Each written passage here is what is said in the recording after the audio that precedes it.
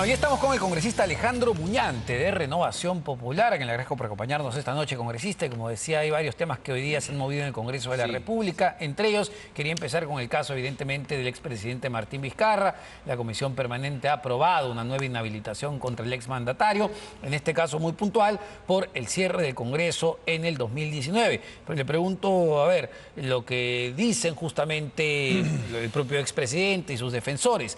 ¿Esto no es una nueva persecución o una persecución política justamente contra el expresidente? No, no, para nada. Buenas noches, Omar. Mira, se ha dicho que esto es para evitar que el presidente o el expresidente Vizcarra pueda postular en las próximas elecciones. Yo debo aclarar que el señor Vizcarra ya está inhabilitado. Tiene 2 inhabilitaciones que están vigentes, ¿no es cierto? Aunque ya se sabe que el señor Vizcarra ha dicho que va a acudir hasta las instancias internacionales para poder anularlo, pero lo cierto y lo concreto es que ya está inhabilitado. O sea, no necesita esta nueva, o sus opositores no están esperando esta nueva para que esté inhabilitado. El tema aquí es que creo que es importante dejar sanciones ejemplarizadoras para quienes, ocupando un cargo, ¿no? Trataron de menoscabar, ¿no? Y deteriorar la democracia. Creo que eso es importante. Así como el señor Vizcarra, igual también he denunciado al señor Castillo por el tema del golpe de Estado, para buscar su inhabilitación. Creo que tenemos que ser severos con aquellos que justamente bajo una interpretación antojadiza disolvieron un poder del Estado. Ahora, si bien Martín Vizcarra ya tenía 2 inhabilitaciones efectivamente, que está peleando además en el Tribunal Constitucional y ha dicho que va a ir hasta fueros internacionales, quien no tenía inhabilitación es Salvador de Solar. Y ahí entra el cuestionamiento, si el Congreso no está buscando justamente sacar de carrera a posibles conductores, bueno, el señor para las elecciones. Sí, pero el señor Salvador ha dicho que no va a postular, así que por ese lado no va. Además... Pero el miedo siempre puede estar, ¿no? Bueno, no es que no hay miedo, al menos de nosotros de ninguna forma, ¿no? Pero, a ver, el señor está haciendo mucho drama porque lamentablemente, Omar, esta denuncia se ha demorado en cuanto a su procedimiento, a su investigación. Ya estamos a puertas de que se venza el plazo de caducidad de Salvador del Solar, de tal manera que el 18 o 20 de marzo se cumplen los 5 años y ya estaría... O sea, cuando esto pasa al Pleno, ya no se le podría juzgar a Salvador del Solar. Entonces, por ese lado no va. Ya, él dice que no es así, que la fecha en realidad ya se venció. Bueno, esa es una ya se venció, interpretación. Pero él se basa en el artículo 99 de justamente la Constitución, que dice que el plazo vence 5 años después de que, hasta que ejerció el cargo. Es decir, acaba el cargo, dejó el cargo y pasan 5 años. Entonces, si mal no recuerdo, él deja el cargo el 30 de septiembre del 2019. Así es. Entonces, la fecha se cumplía el 30 de septiembre del 2024. Sí, ahí nosotros hemos planteado la tesis de que el interregno parlamentario no debe ser contabilizado por una sencilla razón. Era jurídica y materialmente imposible investigar al señor Salvador del Solar. ¿Por qué? Porque no había Congreso. Existía una comisión permanente que no tenía las facultades para iniciar un proceso de investigación por acusación constitucional.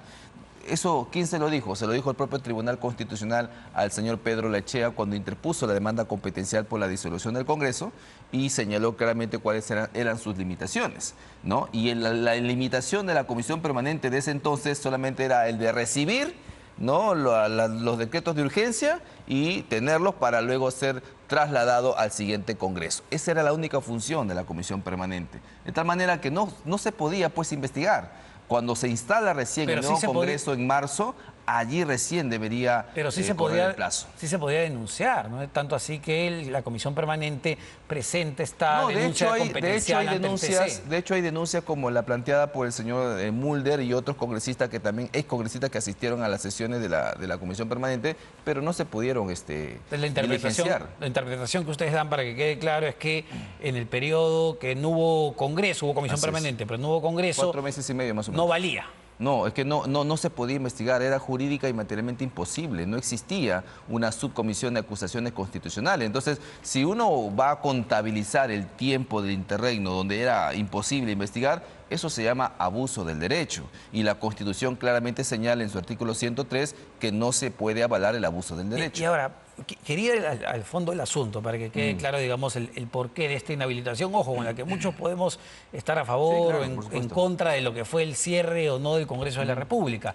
Pero el argumento de la defensa del expresidente Martín Vizcarra es que, oye, hubo un fallo del Tribunal Constitucional en el 2019 que declaró infundada la demanda competencial justamente que presentó la Comisión Permanente y dijo, bueno, sí estaba dentro de las competencias pues de que se presente lo que se presentó y la figura que inventaron en ese momento. Dos puntos ahí. Primero, el Tribunal Constitucional no es la primera vez que cambia de criterio, ¿no? Y cuando cambia de criterio se aplica lo último, la última sentencia vigente. En el caso del Tribunal Constitucional al respecto, cambió de criterio cuando en una última sentencia, justamente Pedro Castillo, tratando de agarrarse de ese precedente, quiso interpretar fácticamente una denegatoria y el Tribunal Constitucional dijo que la denegación fáctica es una figura contraria a la Constitución. Ese es el primer punto. Pero eso parece violatorio, pero solo ese punto, porque uno entiende que no debería ser retroactivo. Tanto parece incongruente que ya hace algún tiempo el propio magistrado del Tribunal Constitucional, Francisco Morales, que fue además el primer presidente de este Tribunal Constitucional, dijo que el fallo del 2019 ya fue, tal cual, ya fue resuelto y que el TC anterior lo resolvió y que ya estaba, que ya era lo que se había decidido en ese momento. Opinión del propio presidente del TC. Sí, pero también el actual presidente del TC, la señora Luz Pacheco, ha dicho todo lo contrario. Pero es que ya había... Que sí fue un golpe de Estado. Es que ya había un fallo. Pero por eso, o sea, ahora, lo que nosotros estamos justamente es ante yo puedo estar en contra de la decisión de Martín Vizcarra, ¿no? Me parece bastante grave que se haya cerrado un Congreso de la República. Son opiniones que se han vertido de diferentes constitucionalistas. Lo que sí llama la atención de parte de ustedes es que habiendo en ese momento un fallo que diga, oye, esto sí estuvo bien y no nos puede gustar o no, pero esto estuvo bien, sí fue constitucional, que decidan a tomar lo que otro TC con otra conformación decide. Bueno, lo que sucede es que nosotros tenemos que estar siguiendo siempre la hilación de la jurisprudencia a nivel constitucional. Eso es por un lado. Y segundo, a ver, hay un asunto en el cual el Tribunal Constitucional no dijo ni media palabra. ¿En cuál es? Justamente el argumento fuerza de esta acusación. Y es que nunca hubo un acta del Consejo de Ministros que haya señalado puntualmente la intención de disolver el Congreso a raíz de la no aprobación del proyecto de ley para transparentar el proceso de elección de los nuevos magistrados del Tribunal Constitucional. Eso jamás estuvo contemplado en un acta. ¿No hubo un acta de...? Donde estuviera plasmado, ¿no?, el hecho de si no se aprueba nuestro proyecto de ley, plantearemos cuestión de confianza en ninguna parte. Entonces, al no existir esa decisión del Consejo de Ministros, se violentó un principio constitucional bastante claro que está en nuestra Constitución política. Pero a ver, solo para el contexto histórico, lo que ocurrió ese día, rememorando, entra Salvador del Solar al Congreso de la República.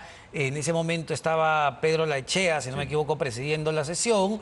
No se le daba la palabra a Salvador del Solar. Y, si no me equivoco, fue Gino Costa, si no me estoy equivocando, fue Gino Costa quien pide la palabra y le cede la palabra al presidente del Consejo de Ministros que, dada la Constitución, tiene derecho a participar, no a votar, pero sí a participar, y es ahí donde él justamente presenta el proyecto de reforma para cambiar cómo se elige a los magistrados del TC y planteo la cuestión de confianza respecto. Claro. Cuestión de confianza que además se debatió y se aprobó, recordemos. O sea, no es que se le negó la confianza al señor Vizcarra. El señor Vizcarra interpretó la denegación fáctica, pero en los hechos se pudo ver que el Congreso debatió y mientras votaba, el señor Vizcarra sale en un mensaje a la Nación para acudir y apelar a esta figura inexistente en nuestra legislación nacional. Ahora, con respecto al acta... Solo sobre esa figura, porque es verdad, a muchos nos sigue sorprendiendo que se haya creado una figura de la interpretación fáctica, le soy sincero, pero pese a que me sorprende, también es verdad que el fallo del Tribunal Constitucional del 2019 sí reconoce la figura y dice, oye, bueno, sí estaba dentro y de las potestades del gobierno presentar esa esa reforma, esa cuestión de confianza e interpretar de la manera que lo interpretó. Lo que no existe, Omar, es una sentencia del Tribunal Constitucional que haya avalado, ¿no? Que se haya pronunciado sobre la existencia o no del acta del Consejo de Ministros, donde justamente se aprueba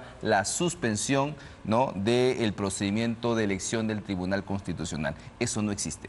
Y ese es el punto fuerte, medular, de la acusación constitucional contra Salvador del Solar. Porque él mismo, el acta, por supuesto, de eso el Tribunal Constitucional nunca se pronunció. Por ende, no podríamos hablar de una cosa juzgada sobre ese punto particular. Es decir, el señor Salvador del Solar lo único que acordó en el Consejo de Ministros fue presentar el proyecto de ley, pero no dijo jamás, y eso no está contemplado en ninguna acta, y eso es una violación a la Constitución, que si en caso el Congreso no llega a aprobar esto, nosotros plantearemos cuestión de confianza. No lo dice.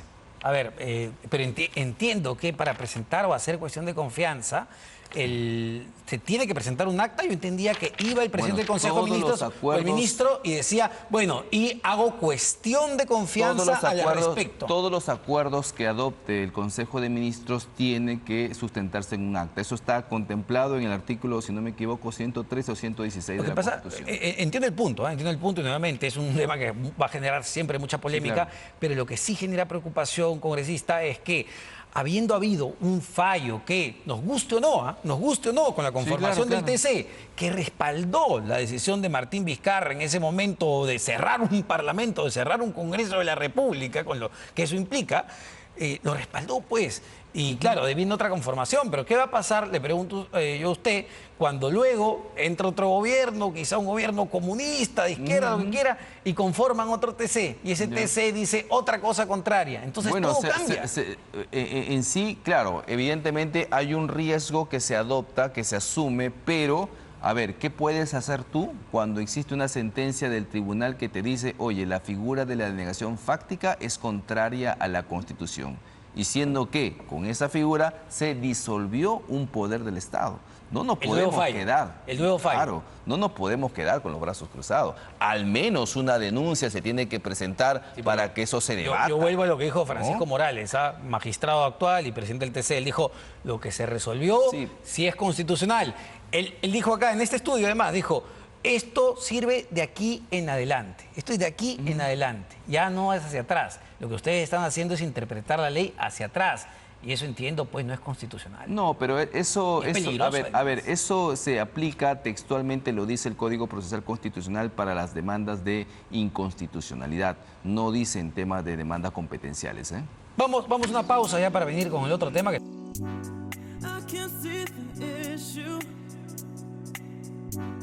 Yeah, believe me, I need to keep myself in line. But